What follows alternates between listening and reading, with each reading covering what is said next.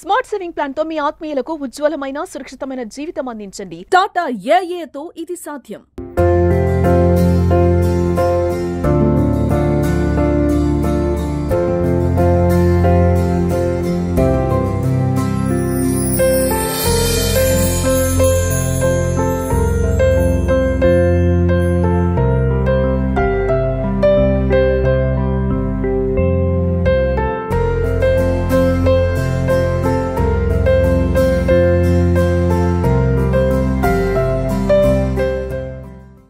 నిజామాబాద్ జిల్లాలో దసరా పండుగ గాంధీ జయంతి ఒకటే రోజు రావడంతో మద్యం దుకాణాలపై జనాలు కిక్కిరిసిపోతున్నారు.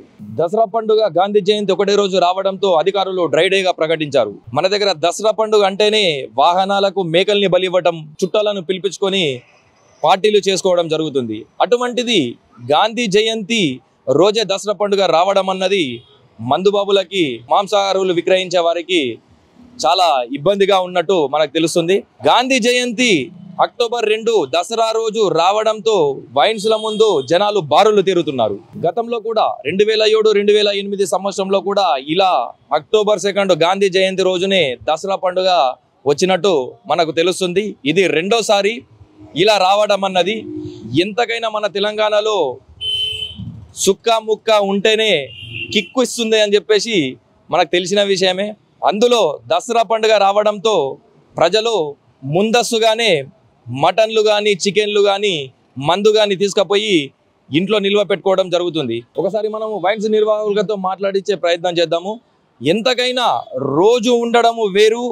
దసరా పండుగ అంటేనే మన తెలంగాణలో ఎంతో పెద్ద పండుగగా మనం చెప్పుకోవచ్చు.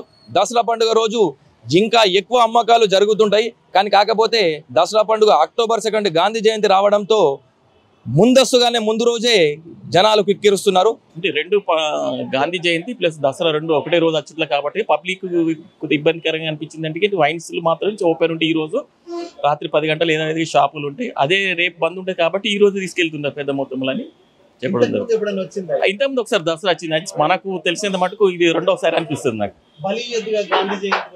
మేకల సగం మనకు తెలుసు. ఇదంటే మనం షాప్ పర్పస్ మనం చెప్పగలుగుతుంది. అది కరెక్ట్గా వాళ్ళకు తెలుసు. సేల్స్ పెరుగుతాయి ఎట్లని ఈరోజు బంధువున్నాను కాబట్టి తీసుకెళ్తారండి.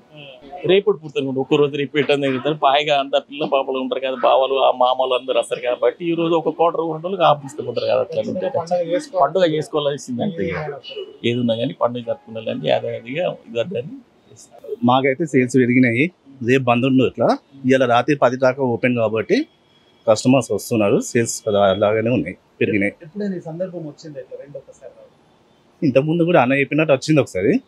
ఇది సెకండ్ టైం. అంటే ఇక నెక్స్ట్ డే సెలబ్రేషన్ అట్లనే కాదు.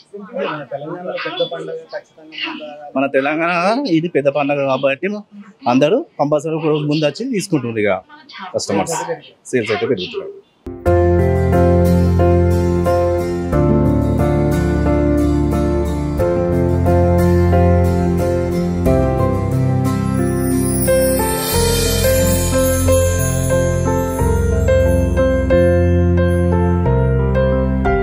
సార్ చెప్పండి, అక్టోబర్ 2 గాంధీ జయంతి అలాగే దసరా పండుగ కూడా రావడంతో అసలు మద్యం అమ్మకాలు ఎలా ఉన్నాయి? ఇంతకుముందు దసరా పండుగ అని అంటే దగ్గరలో ఒక్కటే రోజు 100 కోట్లకు పైగా విక్రయాలు జరుగుతాయి.